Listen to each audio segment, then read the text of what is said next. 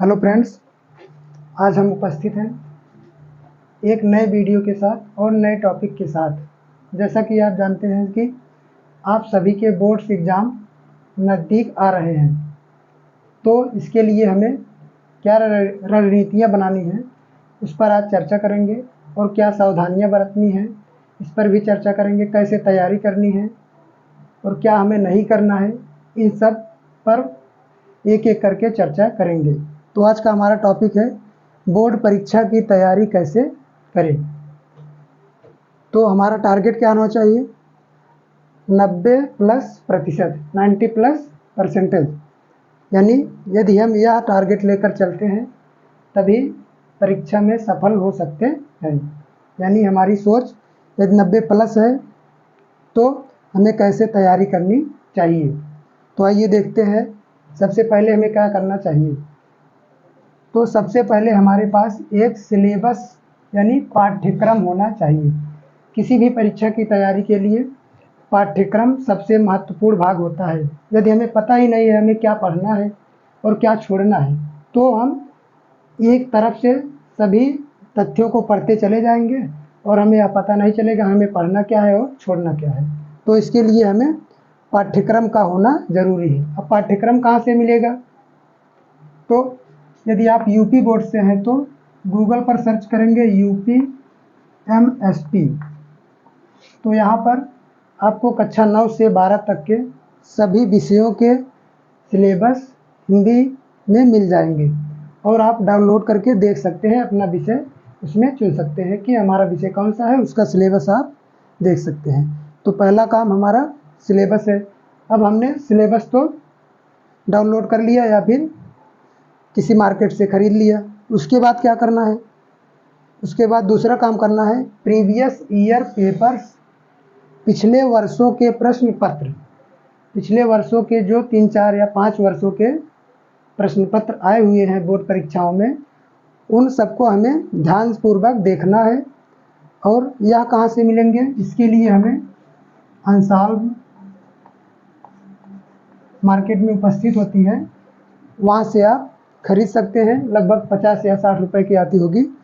वहाँ से अनसॉल्व हो, उसमें 10 वर्षों का या 12 वर्षों का दिया रहता है, लेकिन आप सिर्फ 4 या 5 वर्षों का पढ़िएगा बस।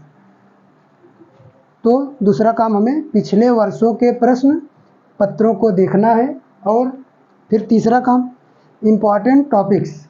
अब इन प्रश्न पत्रों को तो हमने पढ़ लिया, तो इससे क्या फ़ायदा होने वाला है हमारा? इससे यह फ़ायदा होगा कि हमें महत्वपूर्ण टॉपिक का पता चलेगा। यानी आप देखेंगे जब इन प्रश्न पत्रों को एक बार देखेंगे ध्यान से, तो हमें कुछ ऐसे टॉपिक्स दिखेंगे जो बार बार परीक्षाओं में पूछे जाते हैं। तो इन टॉपिक्स को हमें नोट कर लेना है, जो मोस्ट इम्पॉर्टेंट है, जो इम्पॉर्टेंट है यानी जो बहुत बार आए हैं, कम बार आए हैं, और जो सबसे कम बार आए हैं उनको बारी बारी से आप पॉइंट वाइज नोट कर सकते हैं। अब नोट करेंगे तो इन फैक्ट्स को, इन टॉपिक्स को कहाँ से पढ़ेंगे? इनके लिए आपके पास किताबें होनी चाहिए। यदि आपके पास किताबें नहीं हैं किसी भी कारण से, तो हमने YouTube चैनल पर एक वीडियो बनाया है कि आप NCERT की किताबें कैसे डाउनलोड कर सकते हैं, तो उस वीडियो को देख सकते हैं। और यदि आपके पास किताबें हैं तो उन किताबों से पढ़ सकते हैं। अब इसके लिए कौन सी किताबें होनी चाहिए? या तो NCERT की किताबें होनी चाहिए, NCERT की किताबें, या स्टेट बोर्ड की किताबें। स्टेट बोर्ड मतलब राज्य बोर्ड की, स्टेट्स बोर्ड की किताब होनी चाहिए। अब स्टेट बोर्ड मतलब यदि आप यूपी बोर्ड से हैं तो उत्तर प्रदेश की किताब होनी चाहिए। अब मध्य प्रदेश से हैं तो MP बोर्ड की किताब होनी चाहिए। बिहार से हैं तो बिहार बोर्ड की। इसी प्रकार से आप जिस राज्य से बिलोंग करते हैं उस बोर्ड की किताब आपके पास होनी चाहिए। और इन टॉपिक्स को जो आपने नोट किया है उनको ध्यानपूर्वक पढ़ना है। अब यदि आप कोचिंग वगैरह करते हैं तो कोचिंग नोट्स से भी पढ़ सकते हैं। फिर उसके बाद क्या करना है? इन टॉपिक्स को पढ़ना है और अपनी कॉपी में नोट करना है। उसके साथ आपको एक नोट्स तैयार कर लेना है, कौन से टॉपिक इम्पॉर्टेंट है, कौन नहीं इम्पॉर्टेंट है, कौन सिलेबस में है, कौन सिलेबस में नहीं है। इस बार तो एनसीईआरटी ने अपना सिलेबस बहुत कम कर दिया है, यानी जो टॉपिक बहुत कम महत्वपूर्ण थे, जो हमारे दैनिक जीवन में इम्पॉर्टेंट नहीं थे, उनको एनसीईआरटी ने अपनी किताबों से हटा दिया है। यानी एनसीईआरटी की किताबों में आप देखेंगे तो बहुत कम टॉपिक्स बचे हैं पिछले वर्षों की तुलना में। अब पांचवा काम हमें यह करना है, रिवीजन एट प्रॉपर टाइम। हमें समय समय पर इन टॉपिक्स का रिवीजन करते रहना चाहिए। जैसे जो पढ़ा है आपने उसे लास्ट हफ्ते में या रिवीजन कर लीजिए, लास्ट वीक में या लास्ट मंथ में, मंथ के बाद फिर 2 मंथ में, 3 मंथ में उनका रिवीजन करते रहना चाहिए। नहीं तो जो टॉपिक्स हमने पढ़े हैं वो हमारे सर से ऊपर से निकल जाएंगे। अब फिर उसके बाद हमें क्या करना चाहिए, आइए देखते हैं।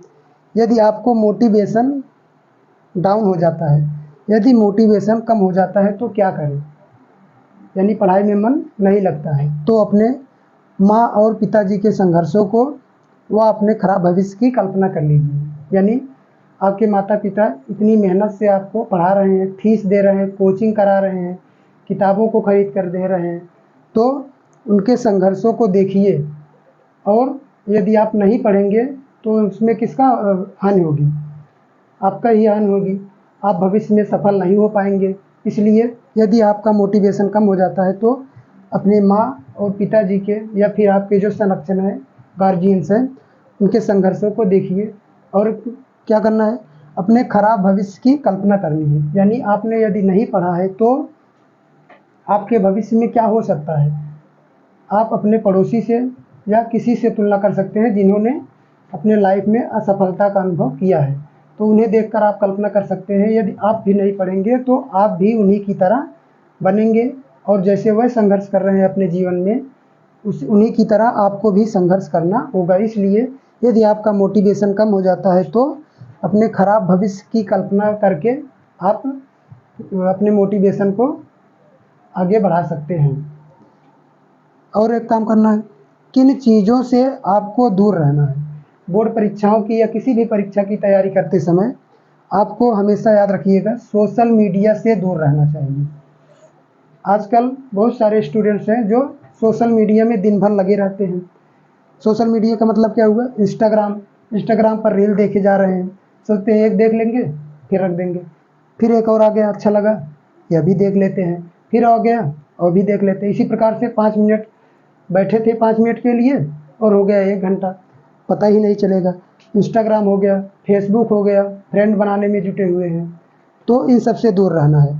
और यूट्यूब शॉर्ट्स देखने में बिजी हैं, तो जो महत्वपूर्ण चीज़ें हैं वो देखिए। आप सोशल मीडिया का सही उपयोग कीजिए, गलत उपयोग ना कीजिए, नहीं तो आपको यह टारगेट अचीव नहीं कर पाएंगे। यदि आप सोशल मीडिया का गलत उपयोग करते हैं तो यह टारगेट आप उपयोग नहीं कर पाएंगे। तो सोशल मीडिया का आप अच्छी तरह उपयोग कीजिए। यानी जो टॉपिक आपको समझ में नहीं आ रहा है उसे आप यूट्यूब पर सर्च कर लीजिए, और जो टीचर आपको पसंद आए, जो आपको सही से समझा पाए, उसका वीडियो देखिए और अपने डाउट्स को क्लियर कर लीजिए। तो सोशल मीडिया का अच्छी तरह से उपयोग करना चाहिए। अगला है, भ्रमित करने वाले सहपाठियों से बचें। सहपाठियों की जगह पर हमने दोस्त भी लिख सकते थे। दोस्त इसलिए नहीं लिखा क्योंकि दोस्त वह होता है जो हमें आगे बढ़ने में मदद करे, ना कि हमें पीछे ले जाए। तो जो हमें भ्रमित करे वह हमारा अच्छा साथी नहीं हो सकता है। तो इसलिए हमने यहाँ पर दोस्त के स्थान पर सहपाठी लिखा, यानी जो हमारे साथ पढ़ने वाला है या साथ पढ़ने वाली है। तो भ्रमित करने वाले सहपाठियों से आप दूर रहें। यानी जो क्या कहते हैं चलो यार बाद में पढ़ लेंगे, चलो खेल लेते हैं, या फिर दुकान से आते हैं, इसी प्रकार से बहाना बनाते रहेंगे और आपको भ्रमित करते रहेंगे। और स्वयं घर पर जाकर या कहीं और पर जाकर जहां आप उपस्थित नहीं होंगे वहां पर क्या कर रहे होंगे, पढ़ाई कर रहे होंगे। तो ऐसे सहपाठियों से दूर रहना होगा जो आपको भ्रमित करने वाले हैं। अगला टॉपिक है नोट, लगातार ऊब कर पढ़ाई नहीं करनी चाहिए। पढ़ाई करनी है तो आप जब तक आपका मन करे 1 घंटे 2 घंटे 3 घंटे पढ़िए। जब भी आप ऊबने लगे तो थोड़ा रेस्ट कर लीजिए, या फिर सोशल मीडिया का इस्तेमाल अच्छी तरह से कीजिए, यानी कुछ वीडियो देखिए जो आपको कुछ जानकारी दें। ऐसे वीडियो को देखिए तो लगातार ऊबने से बच सकते हैं। तो इस प्रकार से इस वीडियो में हमने देखा कि आप बोर्ड एग्ज़ाम की तैयारी कैसे कर सकते हैं। तो इन टॉपिक्स के साथ आप यह टारगेट अचीव कर सकते हैं, लेकिन आपको जो सावधानियां बरतनी है वो सावधानी बरतेंगे तभी आप अच्छे से यह टारगेट पूरा कर सकते हैं, या इससे अधिक भी जा सकते हैं। इसलिए हमने 90+ लिखा है। तो अपने वीडियो को समाप्त करते हैं तथा आपसे यह रिक्वेस्ट करते हैं कि यह वीडियो को यदि पसंद आया हो तो लाइक कीजिए और अपने इस प्रकार के सहपाठियों के साथ शेयर कीजिए, जिससे वह आपको भ्रमित ना कर सके। और यदि चैनल वीडियो पसंद आया हो तो हमारे इस चैनल सुपर नॉलेज को सब्सक्राइब कर लीजिए और बेल आइकन को दबा दीजिए, तथा इसी प्रकार के वीडियो को हम लाते रहेंगे। तब तक के लिए नमस्कार।